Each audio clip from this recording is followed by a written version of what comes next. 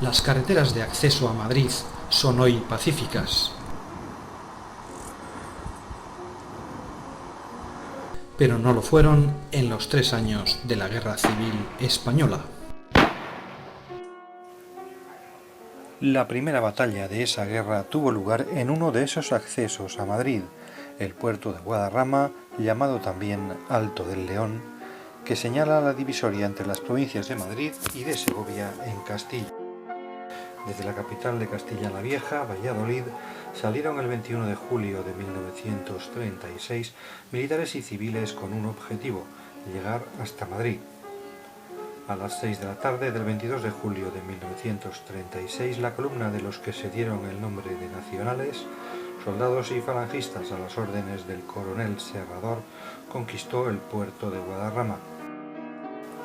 Entre tantos episodios de la guerra que se podrían contar, yo contaré el de la muerte de 4 miembros de una misma familia. 2 de ellos eran hermanos. Este del bigote era Luis Alfonso Alonso Pérez Hickman, hermano de mi abuelo Eusebio. El que está a su izquierda era su primo Antonio Alonso Pimentel. Aquí vemos a Eduardo Alonso Pérez Hickman. El grupo de 23 falangistas que hemos visto en la fotografía, algunos de ellos no muy bien uniformados, llegó al Alto del León en la tarde del 23 de julio. Formaban parte de la primera falange de Valladolid, a la que se encargó la defensa del flanco derecho del Alto del León. 38 de ellos, más 2 guardias civiles, fueron enviados al punto más distante, el vértice Gamonosa o Pico Piñonero. Entre los 40 del Cerro Gamonosa y el Alto del León no había más que otro grupo de 30 falangistas, mandados por el jefe de 2 centurias, Luis González Vicent. El 23 de julio los republicanos habían atacado el Alto del León desde Guadarrama, pero fueron rechazados. Esa misma tarde llegó a Guadarrama el capitán republicano Benito Sánchez, al frente del 2º batallón del 1er regimiento. Sánchez propuso atacar en la madrugada del día siguiente desde 2 flancos en lugar de solo frontalmente. Con su batallón, guiado por un paisano de Guadarrama, marcharía durante toda la noche para caer de madrugada sobre el vértice Gamonosa. Desde ahí atacaría el Alto del León al mismo tiempo que lo hacía el resto de las fuerzas republicanas desde Guadarrama. Esta es la perspectiva de la Sierra de Guadarrama desde el vértice de Gamonosa, algo que apenas disfrutaron los 40 de Valladolid. Según los hombres de Benito Sánchez, todo se desarrolló rápidamente en la madrugada. Eliminaron a los centinelas a culatazos y al resto de los falangistas a tiros casi sin resistencia. El lugar de los hechos es todavía hoy reconocible por la cruz destruida en que culminaba el Vía Crucis que comienza en el Alto del León.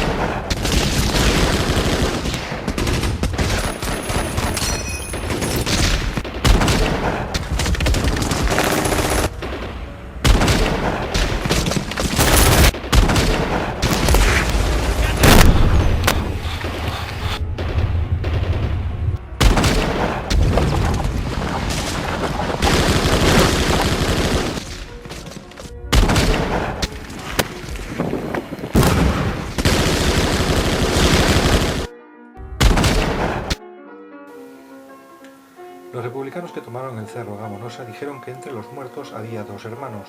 De esta forma he podido saber dónde murieron los hermanos de mi abuelo. El jefe de la primera falange de Valladolid, César Sanz, tenía 18 años y era estudiante de tercero de Derecho. Casi todos los falangistas muertos eran estudiantes de Medicina o de Derecho. Eusebio Lobo Gómez Posada tenía 15 años y era estudiante de bachillerato. Otros no pasaban de los 17 años. Estos nombres más los de mis tíos abuelos Luis Alfonso y Eduardo Alonso Pérez Hickman y su primo Antonio Alonso Pimentel es todo cuanto he podido saber de los 40 del Cerro Gamonosa. Al oír el tiroteo, los falangistas que estaban en la otra loma y otras fuerzas contraatacaron y rechazaron al batallón republicano que se retiró a El Escorial. En el contraataque fueron hechos prisioneros 3 soldados republicanos y se les cogieron 2 ametralladoras. Por parte de los nacionales murieron entre otros el jefe de centuria, Clarencio Sanz, y el de falange, Carlos Salamanca. La compañía de transmisiones de Guiloche, que ayudó en el contraataque, se vio cercada por los republicanos y solo se salvaron 5 soldados con una ametralladora, muriendo también el teniente que la mandaba, José Vegas Latapié, hermano del político Eugenio, futuro secretario de don Juan de Borbón. El 8 de noviembre de 1938 se concedió póstumamente la medalla militar individual a José Vegas, alegándose los siguientes méritos. El día 22 de julio de 1936, mandando su sección, tomó parte en la conquista del Alto del León, atacando con gran decisión y arrojo las posiciones enemigas y siendo de los primeros en coronar el Alto con fuego enemigo y bombardeo de aviación. Los días 23 y 24 del mismo mes, y mandando el ala derecha del frente que cubría la compañía de transmisiones, resistió con gran entereza a los repetidos ataques del enemigo, que llegó en varias ocasiones a las proximidades de nuestras líneas.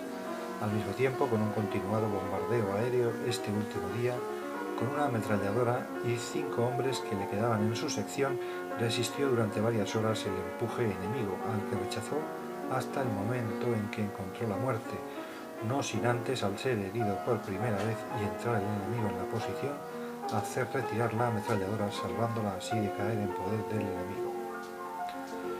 Los cadáveres de los muertos, en lo que a partir de entonces comenzó a llamarse copos, se encontraron alineados y, según el informe de falange, toda la dotación de cartuchos de que disponían había sido disparada. La aparente contradicción de esta versión con la de los soldados republicanos que afirmaron haber sorprendido a los falangistas mientras dormían indica que ambos relatos son incompletos, sino falsos. En 2010, el general de artillería retirado Miguel Sanz me relató que los muertos no fueron 40, sino el doble, que hubo 3 supervivientes y que fueron sorprendidos en realidad emboscados al amanecer. Al amanecer, calentándonos al sol, el capitán va a organizar y dice una escuadra ahí, otra escuadra ahí, ir colocando. Cuando hay una ensalada de tiros, nos pegan tiros por todos lados, por todos lados. Nos protegemos en las piedras. Y si yo lo puedo contar, es por 2 cosas. La primera, porque me metí detrás de una piedra que tenía más de 2 metros de altura, con uno de Valladolid que se apellidaba Lajo. Ese se ha muerto hace relativamente poco. Él tiraba por la izquierda de la piedra y yo por la derecha. ¿Ves algo? Pues no veo nada. Me decía, pero dispara. Y veíamos que todos los que estaban en piedras bajas iban muriéndose todos. A 5 metros nuestro había detrás de una piedra un estudiante de Valladolid con uniforme de Acción Popular de la JAP, que era como marrón o una cosa así, que le mataron estando detrás de la piedra. Y estábamos los 2 solos y todos los demás muertos. Cuando llega un momento que el capitán ve que se queda solo, se marcha de la posición. Pero al irse de la posición desde lejos, nos ve a nosotros y nos dijo, chicos, venid conmigo.